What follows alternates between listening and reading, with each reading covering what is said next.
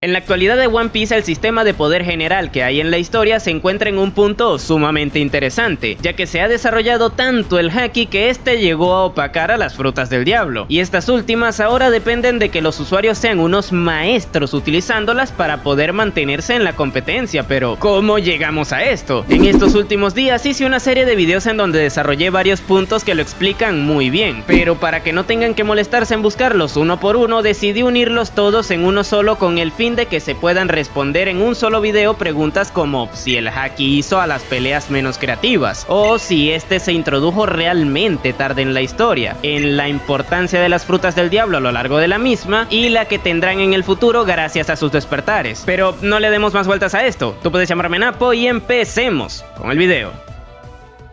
Capítulo 1. ¿El Haki hizo monótonas a las peleas en One Piece?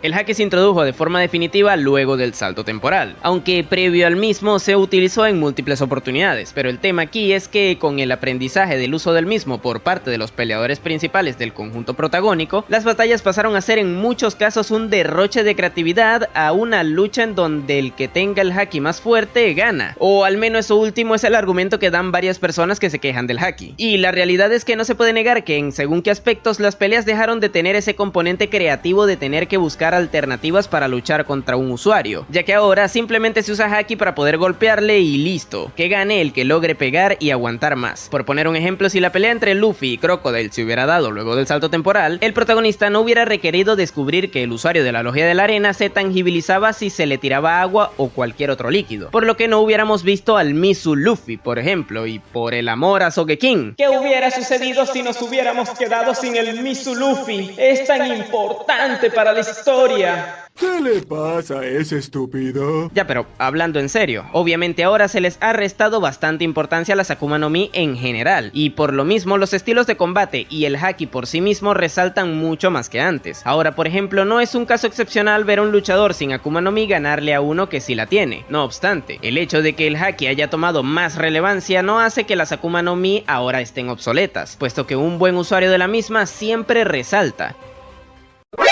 ¿Nani?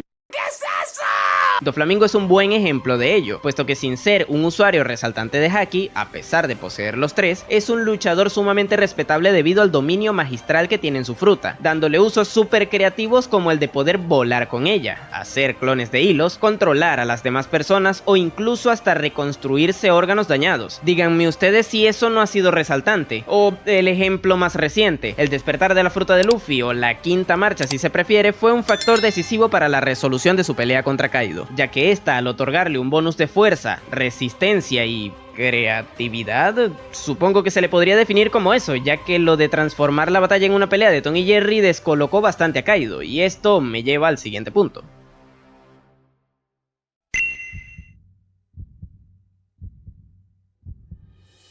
Las peleas dentro de la historia no dejaron de ser creativas, lo que pasa es que ahora son distintas, ya que el factor de creatividad ya no está monopolizado por las múltiples formas en las que los combatientes usan sus frutas o las contrarrestan, sino más bien en cómo se aprovechan de sus puntos débiles en general, y para ello me gustaría tomar como ejemplo la pelea de Zoro contra King, donde este último, a pesar de ser un usuario y de tener un estilo de pelea bastante particular que combina el uso de su katana con los golpes y patadas que da, terminó perdiendo porque el espadachín de los sombreros de paja se aprovechó de una técnica que le copió a Kinemon y al descubrir el funcionamiento de su cuerpo de lunaria, ya que solo por momentos se hacía vulnerable al daño físico. Y aquí muchos podrían decir que realmente le ganó porque aprendió a usar el color del conquistador y bla bla bla. ¡No!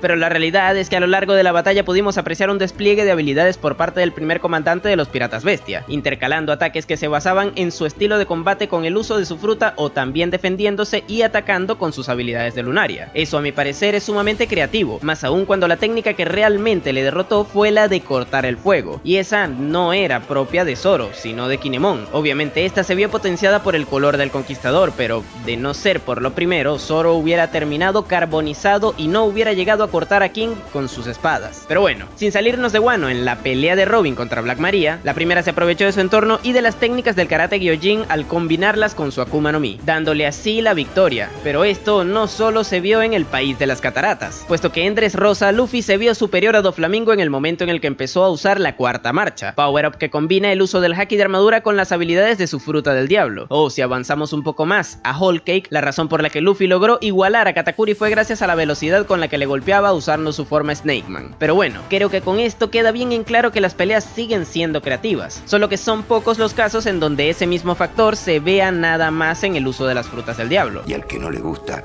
que se joda. Pero bueno, tomando en cuenta todo eso, ¿qué tan importante es realmente el haki en la actualidad?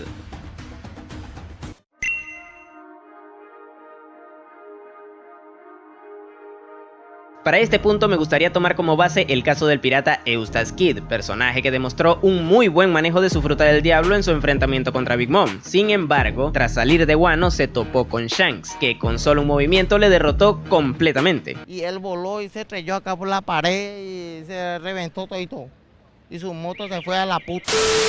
Kaido en medio de su batalla contra Luffy le comentó que el haki era lo más importante para dominar en el nuevo mundo, y viendo lo que le ocurrió al Supernova en las costas de Elbaf, este diálogo cobra mucho más sentido, ya que el propio Shanks percibió una futura situación sumamente desventajosa para su flota gracias a su haki de observación avanzado, y posteriormente la evitó al bajarse a Kid antes de que eso ocurriese. Lo de este enfrentamiento podría ser una representación de las palabras de Kaido. Kid no empleaba ningún tipo de haki en batalla, y su carrera por el One Piece se vio diezmada en el momento en el que tuvo que encarar solo a un emperador, mientras que Roger, por ejemplo, que solo usaba haki, consiguió llegar a Locktail con una tripulación en donde los que más resaltaban precisamente lo hacían era por su fuerza, no por ser usuarios. No obstante, el hecho de que esto sea así no quiere decir que el haki sea lo más importante, ya que, tomando nuevamente el enfrentamiento de Luffy contra Kaido como referencia, luego de que el Rey de las Bestias hiciera el comentario anteriormente mencionado, fue derrotado por Luffy gracias al despertar de su fruta. Pero, ¿entonces eso quiere decir que Kaido estaba equivocado? La respuesta a eso es que sí, o bueno, en parte. Luffy le ganó gracias a su despertar, eso es una realidad, así como también que todos los golpes que le dio teniendo la quinta marcha activa llevaban haki. Es por esa razón que creo que el haki, más que ser lo más importante, es indispensable, ya que sí, con el haki te aseguras la ofensiva y la defensiva, pero existen factores que, según las condiciones que hayan en el combate, serán determinantes para el resultado del mismo, y estos no necesariamente serán el simple hecho de quien tiene más haki será el más fuerte y por ende el que ganará. Kaido por sí solo era más fuerte que Luffy, pero se dieron un conjunto de situaciones que terminaron haciendo que el vencedor fuese el sombrero de paja. Y con todo esto podría entenderse que las Akuma no Mi pasaron a un plano bastante secundario, pero no es el caso y existe una infinidad de pruebas para demostrarlo. Capítulo 2. La importancia actual de las frutas.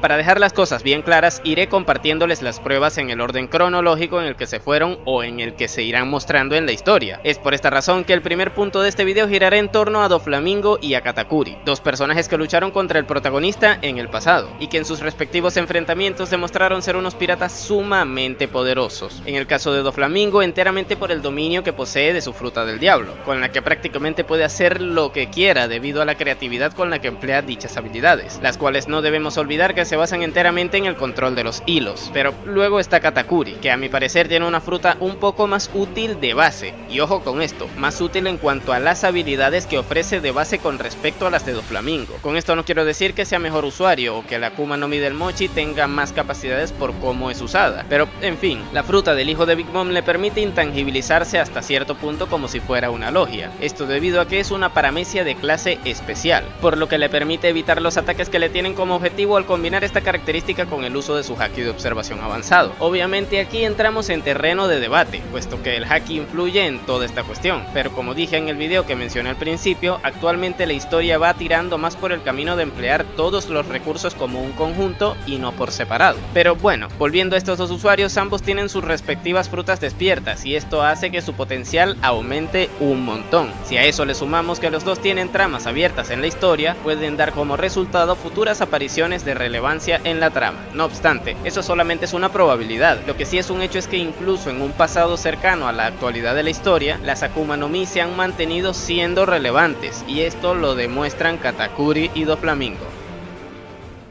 Pero ahora hablemos de algo no tan lejano.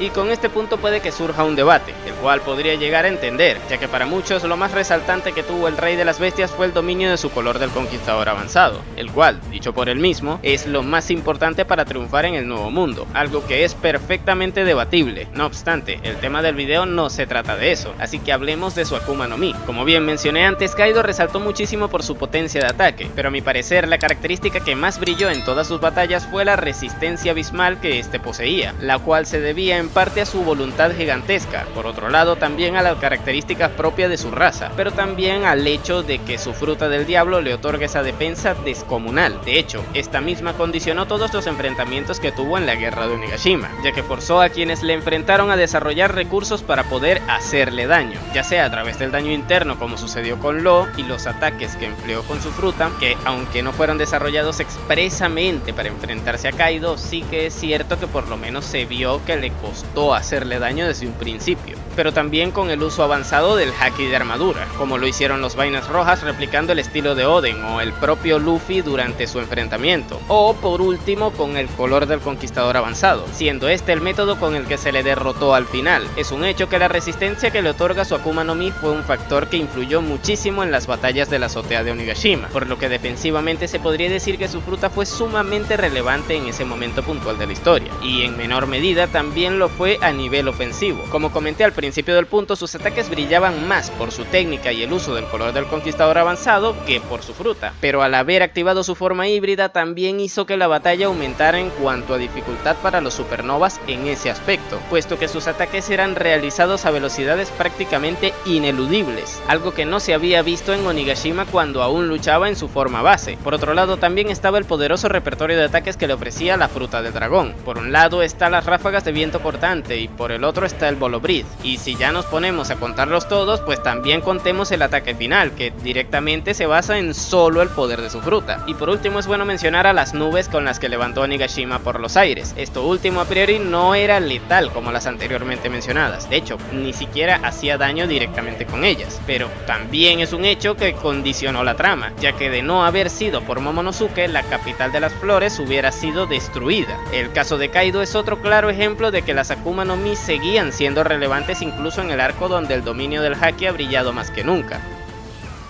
Pero bueno, ya basta del pasado. ¿Qué sucede en el presente? Llegados a este punto de la historia, creo que todos deberíamos ser conscientes que la derrota de Kaido en la azotea se dio por una razón, y esa fue el despertar de la fruta de Luffy, o también conocida como la Quinta Marcha. Esta le otorgó un conjunto de habilidades, poder bruto y una resistencia increíble al protagonista. Todo esto como conjunto fue el factor que decidió el enfrentamiento final del arco del país de Wano, por lo que si con lo de Kaido no les había quedado bien en claro la relevancia de las Akuma no Mi en el país en donde se introdujo el dominio avanzado del color del Conquistador, con esto creo que ya se puede confirmar. Y ya como bonus también podemos meter ahí a los respectivos despertares de Kid y Law, con los que se papearon a la vieja, pero eso no es tan importante. Volviendo a la Quinta Marcha, en la actualidad este es un factor que hizo que la peligrosidad de Luffy aumentara exponencialmente, puesto que entrando en ese estado logró asemejarse al guerrero legendario de la liberación, Nika, que se teoriza que tiene muchísimo que ver con el legendario Joy Boy, uno de los primeros detractores que tuvo el gobierno mundial, pero eso ya es caer en teorías. Lo que sí es un hecho es que tanto el Consejo de los 5 Ancianos como el propio Vegapunk han demostrado lo importante que es la fruta al hablar de su despertar. Esto hace que actualmente la misma sea uno de los factores más relevantes dentro de la trama de One Piece, y varios escalones por debajo se encuentran los Seraphins, que a pesar de no ser usuarios de Akuma no Mi como tal, sí que son usuarios de las habilidades que estas otorgan.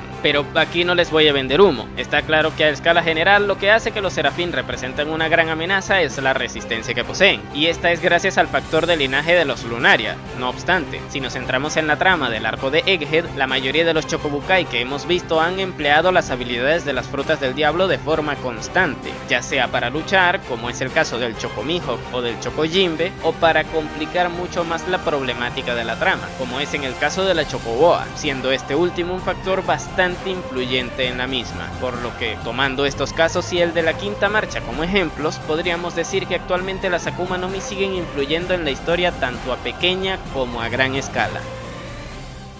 Pero, ¿qué pasará en el futuro?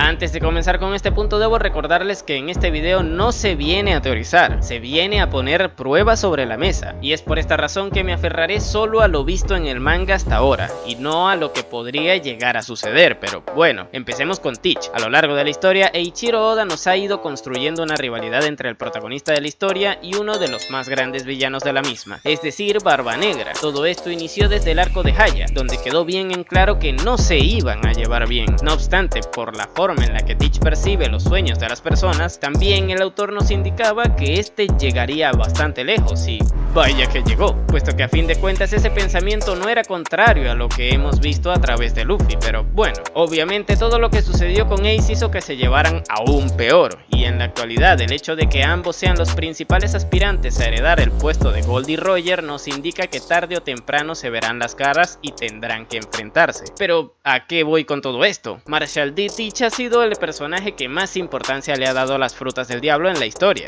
De hecho, el haber conseguido la Yami Yami no Mi fue lo que ocasionó todo el conflicto de Marineford. Actualmente posee 2, y el resto de su tripulación tienen frutas que, siendo más o menos poderosas, les hacen muchísimo más peligrosos. Por lo que no es un secreto para nadie que en los enfrentamientos en los que participen, las Akuma no Mi serán factores fundamentales. Y si ya se nos ha construido un conflicto entre ellos y los sombreros de paja, esto asegura la importancia de las mismas en el futuro. No obstante, por otro lado también están los puestos más altos de Mary Joyce, es decir, el Gorosei y el propio Imu, que en los últimos capítulos demostraron usar habilidades propias de frutas del diablo. Tanto la flecha que lanzó el máximo gobernante del mundo de One Piece como las formas de bestias que adoptaron luego de recibir el ataque de Sabo demuestran que detrás de ello debe haber como mínimo una habilidad de alguna fruta del diablo, si no es que todos poseen una, y estos, al ser en la actualidad otro enemigo a vencer, aseguran que por su parte, al igual que sucede con Teach y su banda, las frutas tendrán relevancia en un futuro.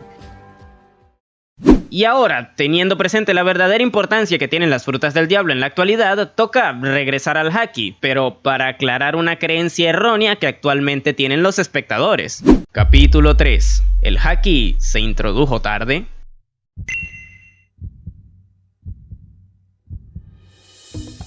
Ok, lo primero que debemos dejar bien en claro es la forma en la que se introdujo el Haki dentro de la historia, ya que muchas personas piensan que se hizo de forma abrupta y la realidad es que no fue así. De hecho, todo lo contrario, el Haki fue introducido de forma progresiva dentro de la historia, y con esto me refiero a que fueron dejando pruebas de que existía un recurso que iba más allá de las Akuma no Mi a lo largo de los arcos previos al salto temporal, y la primera de estas pruebas se dio en el capítulo 1, ya saben, en la parte donde Shanks salva a Luffy del rey marino usando su Haki del rey, o color del conquistador para los quisquillosos,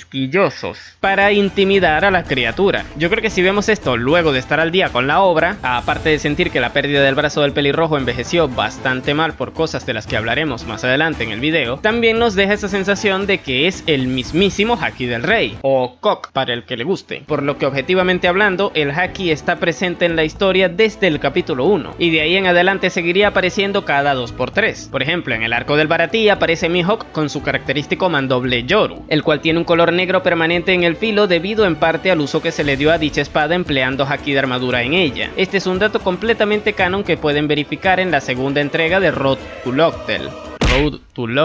o algo así, disculpen mi inglés. Pero bueno, el tema aquí es que de la nada aparece el mejor espadachín del mundo blandiendo una espada con un filo distinto a todas las que habíamos visto antes. No hace falta para que le hayamos visto emplear el Haki de armadura en un combate para entender que esta es una prueba de la existencia del mismo, y eso desde el Baratie. Pero si nos adelantamos a Arabasta, Zoro, quien había sentido el filo del sable negro, despertó su Haki en su enfrentamiento contra Mr. 1. Espera, ¿qué mierda? Sí, en efecto, así lo fue. Y es que ¿qué otra explicación hay para que el personaje haya podido adivinar que ninguna de las rocas que estaban cayendo encima de él le aplastarían? ¿Qué diferencia hay entre eso y poder sentir los ataques que van dirigidos a quien use Haki de observación? O también, ¿qué otra explicación lógica hay para que Zoro fuera capaz de cortar el acero de Mr. 1 en su ataque final cuando antes ni le pudo hacer ni un rasguño? ¿No es el Haki de armadura lo que aumenta la dureza y el daño que genera superan los ataques cuando se es empleado, esta es obviamente otra prueba de que el haki ha sido una constante a lo largo de la historia de One Piece. Pero si avanzamos un poco más a Skypiea, ahí nos explican el haki de observación a través del uso que Enel le da al recurso, solo que en ese lugar no era conocido como haki, sino como mantra. Luego, un par de arcos más adelante en Shabondi, Sentomaru aparece usando haki de armadura avanzado, y ya en Amazon Lily las guerreras amazonas imbuían sus flechas con haki, además de que ahí vemos de forma completamente explícita cómo Luffy usa el haki del rey, o Cock para el que le guste. Y bueno, ya de ahí en adelante, si pasamos a Marineford, podemos ver a Shirohige lanzando un ataque de haki hacia el cuartel general, a los almirantes también usándolo para frenar dicho ataque, luego a Boa Hancock pegándole patadas a Smoker, luego a Shirohige usándolo para intentar clavarle su meito a Okiji, o a Vista y a Marco usándolo para intentar atacar a Akainu, o al propio Akainu para esquivar esos ataques. Y estoy seguro que me estaré saltando muchos ejemplos más, pero el tema aquí es que el haki fue introducido en la historia de forma progresiva antes de que Rayleigh le diera su respectivo curso a Luffy tras lo ocurrido en Marineford, pero en definitiva, se nos fue introduciendo evidencias del mismo poco a poco a lo largo de la historia. Pero igual hay ciertas cosas que dan a pensar que Oda no tenía tan claro dicho sistema de poder, así que hablemos de ello.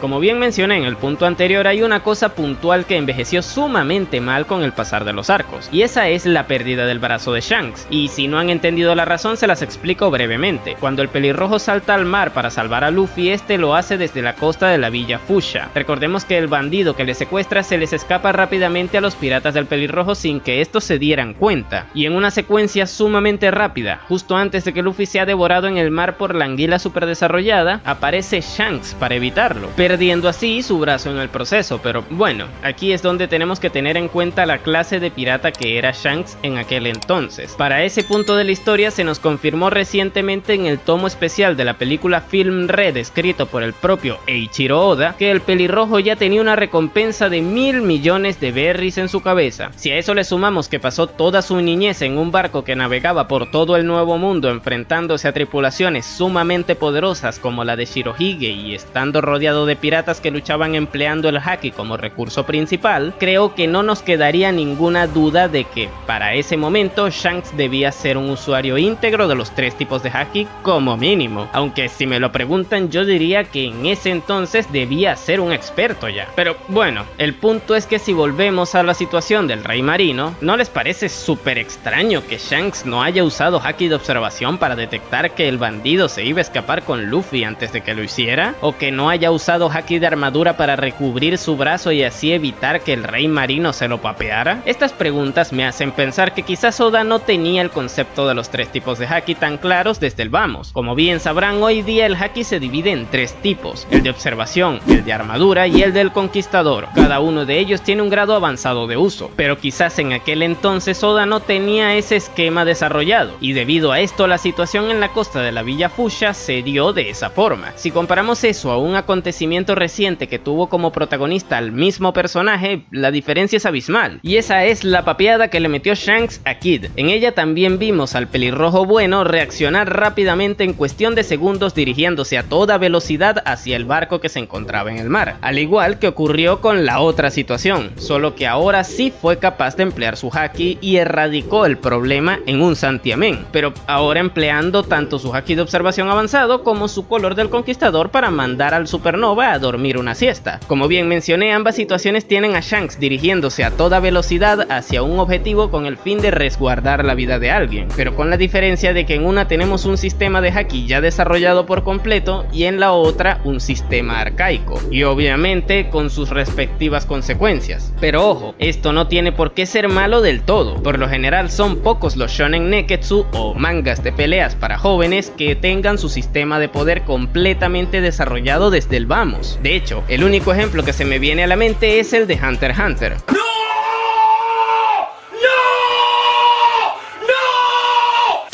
Pero, en fin, es normal que para que las escalas de poder vayan aumentando en este tipo de historias se deban desarrollar más factores que influyan en los sistemas de poder de las mismas a lo largo de ellas. Y el caso de One Piece es un buen ejemplo de ello, ya que su autor fue agregando más elementos al concepto base que tenía en uno de sus sistemas de poder. Como bien mencioné, esto no es malo, es normal, pero tampoco tiene por qué ser bueno, por lo que en esta oportunidad creo que es correcto decir que Oda no lo hizo de nuevo. No tenía pensado el haki de forma perfecta desde el vamos, y esto puede que se deba a la intervención de algún editor, o quizás simplemente se lo pensó mejor a medida que iba avanzando la historia.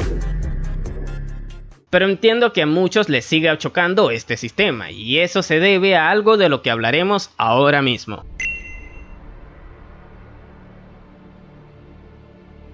Para este punto me gustaría usar como ejemplo a las frutas del diablo, las cuales tuvieron sus respectivas explicaciones de forma directa en la historia desde la primera saga, es decir, el East Blue. Desde ahí nos quedó bien en claro el concepto básico de las mismas. Son frutas que te dan poderes y que te quitan la posibilidad de nadar. Más adelante se nos introducen las frutas Logia en Lockdown, y un poco después en Dram también a las Zoan, y a medida que las mismas iban apareciendo, también se nos iban dando datos de su funcionamiento. Es por esta razón que cuando salimos de Arabasta ya entendemos cómo funcionan los tres tipos de frutas, o sea, bien temprano en la historia. Con el haki esto no sucede, ya que como mencioné en el primer punto, no es hasta cuando Rayleigh le da el curso de haki a Luffy que nos queda bien en claro todo el sistema, siendo esto prácticamente a mitad de la historia. Además, también hay que mencionar que el mismo no fue demostrado de forma gráfica en la historia hasta ese momento. Previo a ello ya habíamos visto el haki de armadura y de observación, pero no con colores, brillos y sonidos. Es por esto que se genera mucha confusión en los lectores, y por la misma razón también que en el video anterior del haki que hice dije que el haki se introduce de forma directa a partir de aquí, precisamente porque aquí es donde se explica y porque aquí es donde ya vemos de forma gráfica cómo se muestran, y obviamente para muchos esto va a pesar más que cualquier pista o evidencia que se haya dejado desde antes. Por esta misma razón es que el haki se siente que vino después que las frutas, a pesar de que ambos están presentes en la historia desde el capítulo número 1. Pero bueno, yo puedo llegar a entender que a muchos les choque esto, pero no comparto eso de que el haki se explicó demasiado tarde,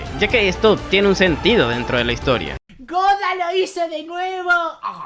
Y es que a lo largo de su recorrido por el mar de Paradise, o sea, la primera mitad de la Grand Line, vimos a Luffy tener que buscar alternativas para poder vencer a sus enemigos. A Crocodile le mojaba para tangibilizarle y después poder golpearle. Con Enel, bueno, tenía ventaja gracias a su fruta. Contra Rob Lucci tuvo que desarrollar un Power-Up. Pero bueno, debía llegar un momento en el que el personaje se topara contra una barrera que no pudiera atravesar. Y para ello se hace mucho más frecuente el uso del haki a partir de Shabondi. Este sistema se utilizó de forma narrativa para hacernos ver a nosotros los espectadores cómo el protagonista se quedaba pequeño frente a las situaciones que debía enfrentar, siendo Marineford el momento puntual de la primera parte de la historia donde más veces se usa, también el punto de quiebre de Luffy. Y el hecho de que dicho punto de quiebre se haya dado en ese momento y no antes es precisamente porque el camino del protagonista parte desde el mar más débil de su mundo y fue aumentando progresivamente su dificultad por mera naturalidad del funcionamiento del mismo, ya que recordemos que los piratas realmente poderosos navegan en el nuevo mundo. Es Paradise el lugar donde se mantienen los que prefieren tener un perfil bajo, y además, el hecho de que las cosas se le hayan puesto más difíciles que nunca justo al llegar a Shabondi tiene un sustento geográfico, puesto que ese era el lugar más cercano a Mary Joyce al que había llegado hasta ese momento, y por ende, en donde más desafíos poderosos se iba a encontrar por parte de la Marina y o el gobierno mundial. Ahora que quedó bien clara la forma en la que el haki se introdujo en el pasado, tocaría regresar a las frutas, más específicamente a sus despertares, que vendrían siendo el siguiente nivel de manejo de las mismas. Capítulo 4. ¿Podrán los despertares superar el haki?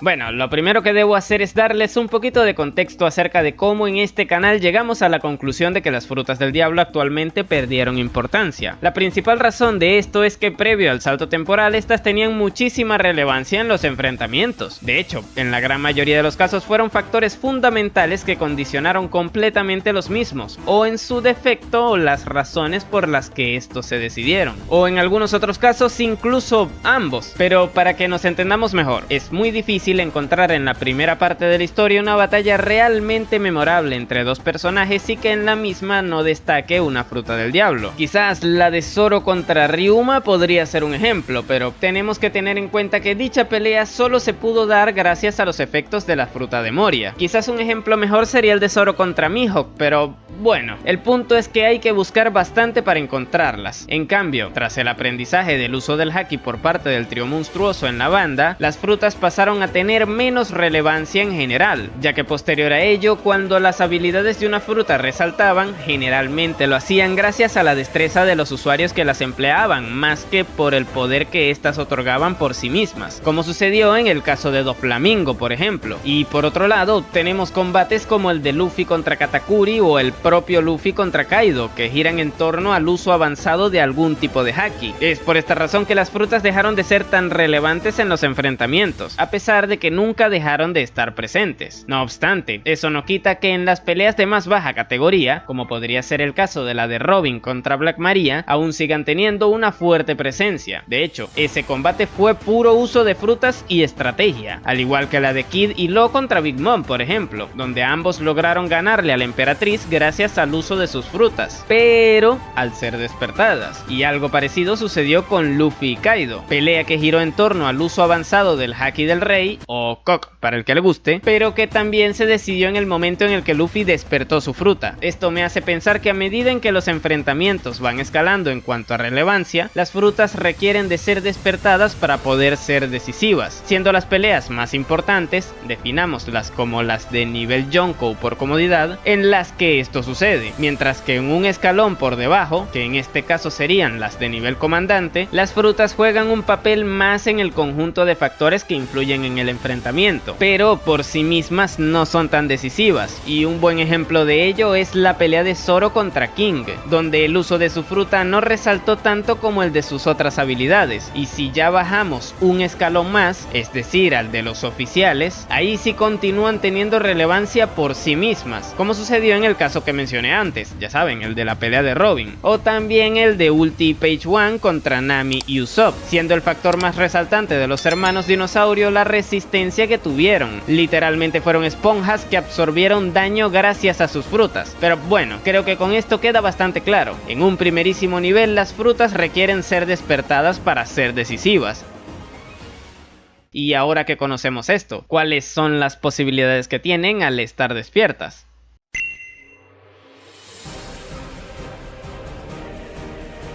Últimamente se nos ha ido aclarando mucha más información referente a los despertares de las frutas del diablo. No obstante, puede que hayan varias dudas referentes a cómo estos funcionan al momento de ser aplicados, por lo que les explicaré en qué consisten según el tipo de fruta del cual provengan. En el caso de las paramecias, la cosa quedó bastante clara desde que vimos a Doflamingo emplear el suyo, y es que consisten en afectar el entorno que les rodea de forma remota transformándolo en el material de la fruta en cuestión. Con el Shichibukai vimos cómo este transformaba estructuras que se encontraban a su alrededor en tentáculos hechos de hilos que posteriormente usó para atacar a Luffy. Ahora, si pasamos a otro ejemplo, Katakuri transformó en mochi el piso y los pilares que se encontraban a su alrededor, y con esto pudo atrapar a Luffy, pero bueno, este se liberó comiéndoselo. Pero el punto es que con las paramecias se puede llegar a condicionar un enfrentamiento, ya que el rival no solo tendría que evitar los ataques del usuario de la fruta, sino también de los efectos que ésta genere en el entorno en el que se desarrolla la pelea. Y claro, esto es en el caso de las paramecias que generan algún tipo de material, pero ¿qué sucedería con las que afectan al propio usuario? La fruta de Kid, por ejemplo, le permite controlar campos magnéticos. Esto hace que pueda atraer o arrojar metales a su conveniencia, pero con su despertar afecta el entorno pudiendo aplicarles cualidades magnéticas a objetos o incluso a personas. Y esto lo podemos ver claramente cuando hace que Big Mom se quede pegada de un edificio, a pesar de que a priori estos no deberían atraerse entre sí. Pero bueno, en el caso de las Zoans, sus respectivos despertares les otorgan a sus usuarios una transformación distinta, y con ello también van incluidos un bonus de fuerza y resistencia que le acompañan, así como un incremento en la recuperación física. Vamos, en pocas palabras, les vuelven físicamente más poderosos en todos los aspectos, y la forma en la que se puede identificar cuando un usuario ha logrado despertar su fruta es viendo si en algunas de sus transformaciones le rodea una nube con pequeños espirales espirales. Esto sucede con Rob Lucci y Kaku, con Yamato en su forma híbrida y obviamente con Luffy cuando activa su quinta marcha. A día de hoy tener la capacidad de despertar una Zoan es algo bastante beneficioso, puesto que otorgan más posibilidades a quienes la emplean al momento de enfrentarse a los personajes más poderosos, tal como pasó con Luffy, que al despertar su fruta pudo recuperarse luego de ser derrotado por Kaido y posteriormente derrotarle, o en el caso de Rob Lucci, que gracias a tener su fruta despierta pudo evitar ser dejado fuera de combate por Luffy, a pesar de que este se lo papeara termonuclearmente cuando pelearon. Pero bueno, antes de hablar del último tipo de despertar, el cual es el más misterioso, les recuerdo que pueden seguirme en mis redes sociales, por ahí se enterarán del resto de contenido que hago, así como también dejarme un buen like y suscribirse al canal si les está gustando este video. Dicho esto, continuemos con las logias.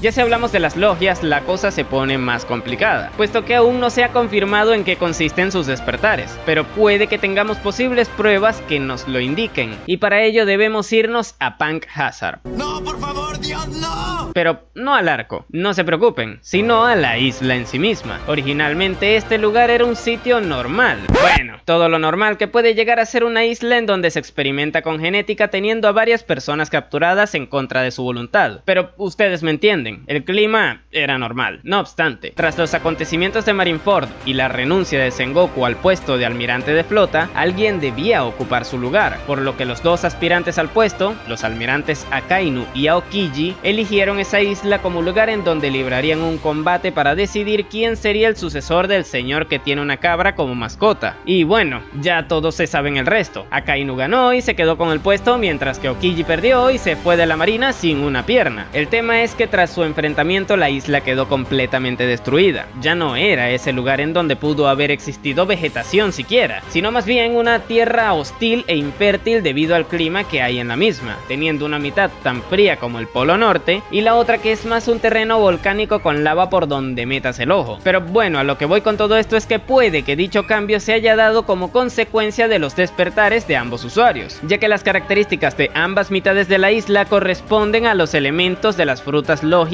que estos poseen. Y si las logias son capaces de modificar el ambiente indefinidamente, esto obviamente sería sumamente beneficioso para el usuario en cuestión, ya que si por ejemplo Akainu es capaz de crear erupciones volcánicas en el lugar en donde está peleando, este tendría la posibilidad no solo de manejar el magma que él mismo genere, sino también en el que haya en el sitio que le rodea. Esto haría que tenga ventaja gracias al territorio donde esté. Vamos, el despertar de las logias haría que sus usuarios jueguen de local siempre, pero ojo, esto es simplemente una posibilidad, tomando como base el resultado del enfrentamiento que hubo entre dos de los usuarios logia más fuertes vistos hasta ahora. Si hay algún usuario logia que pueda llegar a tener su fruta despierta, seguramente sería alguno de ellos, o incluso los tres, obviamente contando a Kizaru. Pero bueno, ya entendiendo cuáles son las posibilidades que otorgan los despertares, toca preguntarse, ¿lograrán darle la vuelta a la tortilla y poner a las frutas nuevamente por encima del Haki?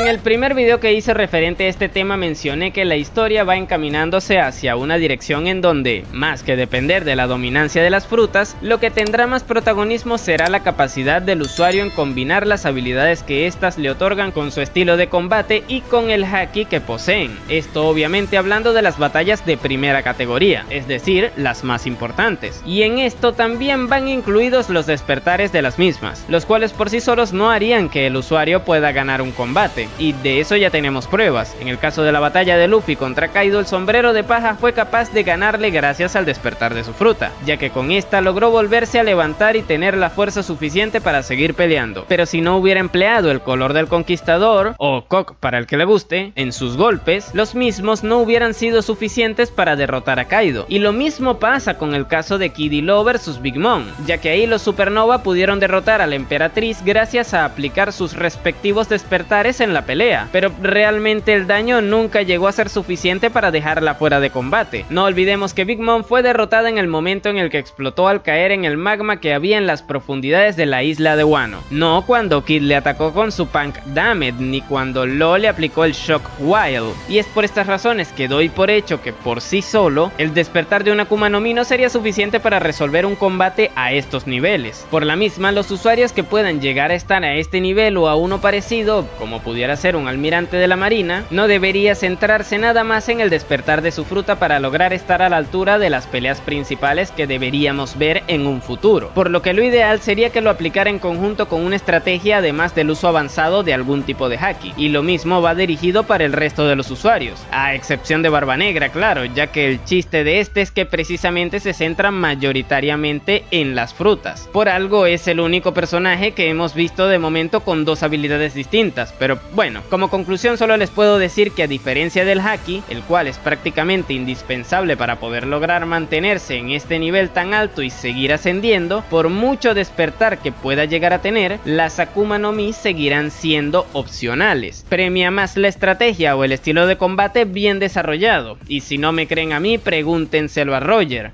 Oden, Rayleigh o Garp, que lograron establecerse como leyendas dentro de su mundo a fuerza de puro haki. Y en este saco también es probable que esté Ryuma, pero en fin, si les gusta.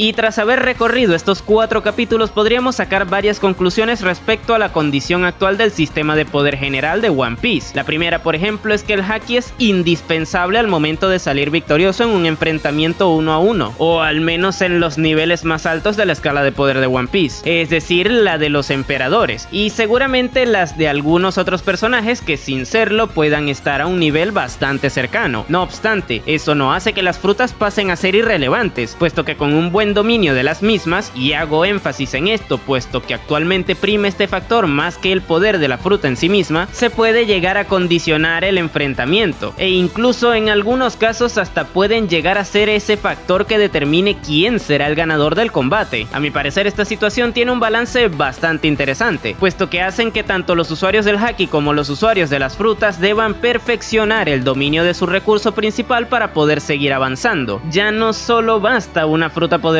para llegar lejos, y existen ejemplos de personajes que se centran en el haki o en el dominio de las frutas que llegaron hasta la cúspide de los niveles de poder, demostrando así cierto equilibrio entre ambos recursos, el cual es lógico que exista, ya que ambos sistemas fueron implementados desde el capítulo 1 y fueron constantes a lo largo de la historia. Pero en fin, creo que es momento de darle un cierre a este mega video. Si les gustó el mismo, no se olviden de dejarme un buen like y suscribirse al canal para que no se pierdan más de mi contenido. Por aquí les dejaré otro par de videos en donde les explico todo acerca del gobierno mundial y todo lo referente a los Gyojins y Tritones. Sin nada más que decir, tú puedes llamarme Napo y nos vemos